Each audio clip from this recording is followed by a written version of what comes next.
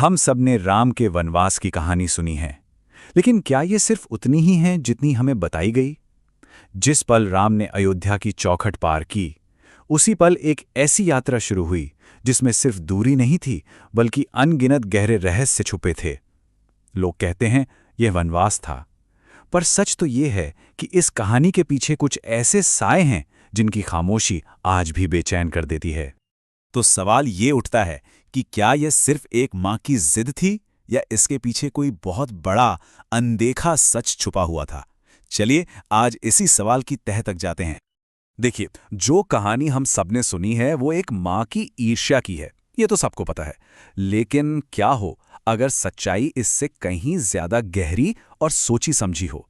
क्या हो अगर ये वनवास एक तय किया गया मिशन था, एक ऐसी नियति जिसे हर हाल में पूरा होना ही था? तो चलिए इस यात्रा के पहले कदम से ही शुरू करते हैं, जो अपने आप में रहस्यों से भरा था। क्या यह बस एक अचानक लिया गया फैसला था या फिर किसी बहुत बड़ी योजना का पहला हिस्सा? जरा सोचिए अयोध्या की उस रात के बारे में। राजमहल बाहर से एकदम शांत था, पर अंदर एक अजीब सी हलचल थी, एक अजीब सा डर।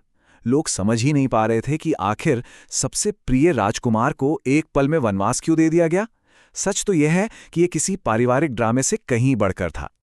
और यहीं पर इस पूरी घटना का असली केंद्र सामने आता है। वनवास का असली कारण अयोध्या के राजदरबार में चल रही राजनीतिक साजिशें थीं। ये खेल था, सिंहासन का खेल। ये समझना बहुत बहुत जरूरी है कि अयोध्या का दरबार उस वक्त एक नहीं था, वो बटा हुआ था। सत्ता के संतुलन को लेकर एक गहरा डर पनप रहा था और राम उस संतुलन के बिल्कुल केंद्र में थे। देखिए, दरबार के कुछ गुट थे जो राम के बढ़ते प्रभाव से कह सकते हैं कि असहज थे। उन्हें यह डर सता रहा था कि राम के राजा बनते ही शासन का पूरा ढांचा बदल जाएगा और उनकी शक्ति कम हो जाएगी। तो राम का वनवास असल में एक राजनीतिक चाल थी जो सत्ता पर अपना नियंत्रण बनाए रखने के लिए चुपचाप खेली गई थी। और ये बात इस पूरी तस्वीर को एकदम साफ कर देती है।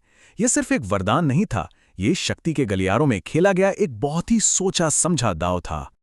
लेकिन अयोध्या के राजनीतिक खेल से निकलकर राम एक और बहुत बड़ी चुनौती में कदम रख रहे थे। जंगल कोई आराम की जगह नहीं थी, बल्कि एक परीक्षा का मैदान था जिसे उन्हें हर हाल में पार करना था। जैसे ही राम ने अयोध्या की सीमा पार की ना, जंगल का माहौल ही बदल गया। घना अंधेरा, अजीब खामोशी और अनजानी आवाजें। ये कोई साधारण यात्रा नहीं थी। ऐसा लग रहा था मानो वो जंगल राम की आत्मिक और शारीरिक दोनों तरह की परीक्षा ले रहा हो। और इस परीक्षा की शुरुआत हुई पहले बड़े खतरे से, ताड़का।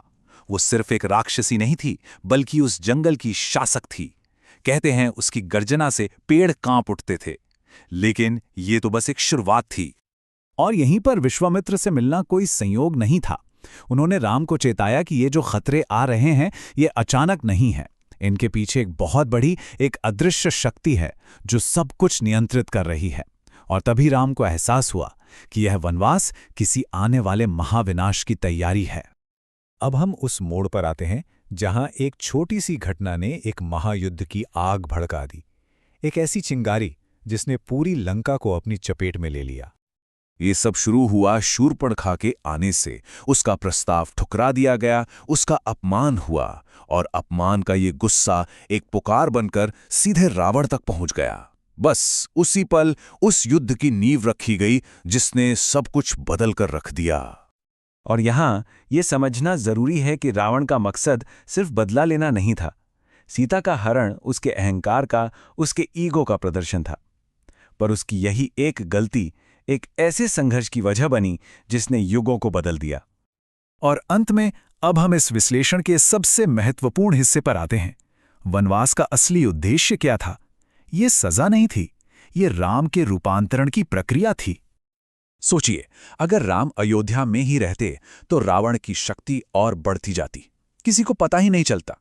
वनवास एक योजना थी ताकि राम उस महाशक्ति का सामना करने के लिए तैयार हो सकें। ये बदलाव ही इस पूरी यात्रा का सार है। जो अयोध्या से निकले थे वो एक राजकुमार थे, लेकिन जो 14 साल बाद उस जंगल से बाहर आए वो एक योद्धा थे, एक महानायक जो अपनी नियति को पूरा करने के लिए पूरी तरह तैयार थे। जंगल की उन्हीं कठिनाइयों ने राम को वो नेता बनाया जिसकी जरूरत धर्म और अधर्म के बीच होने वाले उस महायुद्ध के लिए थी। यह यात्रा मुश्किलों से भरी थी, लेकिन ये दिव्य थी और इसका एक मकसद था।